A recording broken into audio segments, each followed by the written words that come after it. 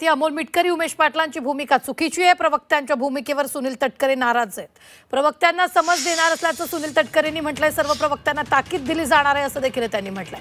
IPS महिला police अधिकारी अंजना कृष्णा आणि अजित पवार यांच्यातील संवादानंतर अंजना कृष्णा यांची चौकशी करण्याची मागणी अमोल मिटकरींनी केली होती। यावर सुनील तटकरे यांनी संताप व्यक्त केला।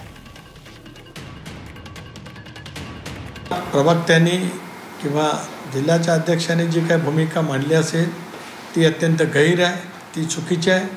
पक्षाच्या नेतृत्वाने एकदा भूमिका मांडल्याच्या नंतर पुन्हा प्रतिक्रिया देण्याची आवश्यकता नाही। यापुढे सुद्धा कुणी देऊ नये, कारण तो विषय त्या ठिकाणी संपुष्टात आलेला आहे। ज्यावेळेला अजितदादांनी उपमुख्यमंत्री म्हणून, कारण थेटपणाने त्यांच्याशी संबंधित ती बाब होती, इतक्या व्यवस्थितरित्या आपल्या स्वतःच्या भावना त्या माध्यमातून मांडल्या।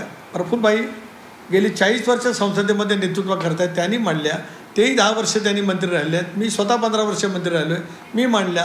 अशा वेळेला आमच्या इतर कुणी प्रतिक्रिया देण्याची आवश्यकता नाही। पक्षाचे सरचिटणीस आमदार शिवाजीराव गर्जे असतील, मुख्य प्रवक्ते आनंद परांजपे असतील, यांच्यामार्फत योग्य ती ताकीद आणि सूचना सर्वांना नक्की दिल्या गेल्या असतील आणि दिल्या जातील। तर आपण यावेळी पाहतोय अमोल मिटकरींनी त्या अधिकाऱ्यांची चौकशीची मागणी केलेली होती।